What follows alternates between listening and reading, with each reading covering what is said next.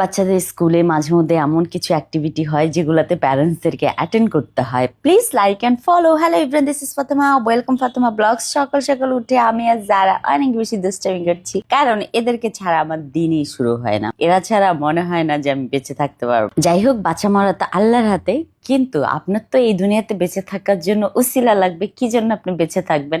আমার উসিলা হলো এরা। এদের জন্য আমি বেঁচে থাকতে চাই, আর অনেক বছর অনেক দুষ্টামি করে এদের সাথে আমি টাইম কাটিয়ে দিতে চাই। এদের সাথে তো করতে চাই, এদের বাচ্চা কাচ্চার সাথেও ভবিষ্যতে করতে চাই। দেখেন আমি কত দূর স্বপ্ন দেখে ফেলছি। আচ্ছা, স্বপ্ন দেখতে দেখতে এখন বের হয়ে যাচ্ছি হলো আমরা হলো জায়ান স্কুলে। আজকে যারা আমাদের সাথে যাবে, সেই যে দেখেন যারার মুখের হাসি, তার মুখের হাসি দেখলে না আমার কারো একজনের হাসির কথা খুব মনে পড়ে। সেটা হলো আমার বোন স্বপ্না। ও যখন ওকে আমি এইভাবে গুদগুদি দিতাম, ওইভাবে হাসতো। তোর কথা মনে করতে করতে চলে আসলাম জায়ানের স্কুলে। আমি জায়ানের স্কুলের মানে রুমের বাহিরে বসে আছি। জায়ান ভিতরে লাঞ্চ করতেছিল। লাঞ্চ করার পরে আমাদেরকে রুমে ডাকলো, আমরা রুমে চলে গেলাম। এখন জায়ানের পারফরমেন্স স্টার্ট হবে।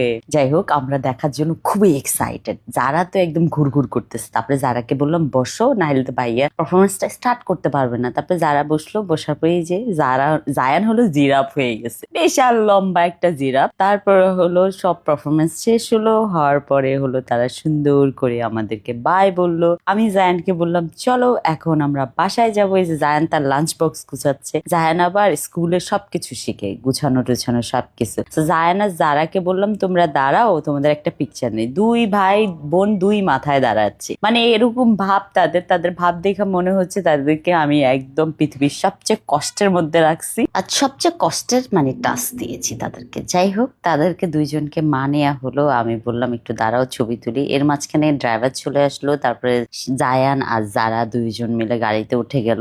উঠে এখন আমরা বাসার উদ্দেশ্যে রওনা দিচ্ছিলাম। তারপর ফাইনালি আমরা হলো বাসায় পৌঁছে গেলাম। বাসায় এসে হলো আমি যেহেতু হাফ রান্না করে গিয়েছিলাম, আর আমার বড় বোন হাফ রান্না করেছিল। করার পরে হলো বাসায় এসে হাজবেন্ডকে লাঞ্চ বক্স রেডি করে এখন অফিসে পাঠাবো। তো লাঞ্চ বক্স অফিসে পাঠিয়ে দিয়ে আমি একটু রেস্ট নিলাম। রেস্ট নেওয়ার পরে জায়ান আমাকে বলে মামা তোমার ফোনটা দাও। আমি বলি কেন? বলে ফুড পান্ডার থেকে অর্ডার দেবো। তা আমি বললাম তুমি কি খাবা? বলে আমি চিকেনের কিছু খাবো। তা আমি বললাম আমিই বানিয়ে দিই। তো তাদেরকে হলো মুভি দেখতে বসিয়ে দিই, আমি হলো চলে গেলাম চিকেনের বানাইতে। সো এখানে হলো চিকেন পকোড়া, এটা আমার স্টাইলে বানিয়েছিলাম দুইটা। সো দুইটার মধ্যে একটা হলো বাচ্চাদের পছন্দ হয়েছে, আমার হাজবেন্ডেরও পছন্দ হয়েছে, আর একটা একদমই পছন্দ হয়নি। তো তারপর হলো ওটা হলো আমি নিজেই খাচ্ছিলাম, কারণ ওটা হলো একটু ক্রিম দিয়ে করেছিলাম, তো সেই জন্য পছন্দ হয়নি। তো আমাদের এই ফ্যামিলি টাইমটা আমি অনেক বেশি এনজয় করি, অনেক বেশি।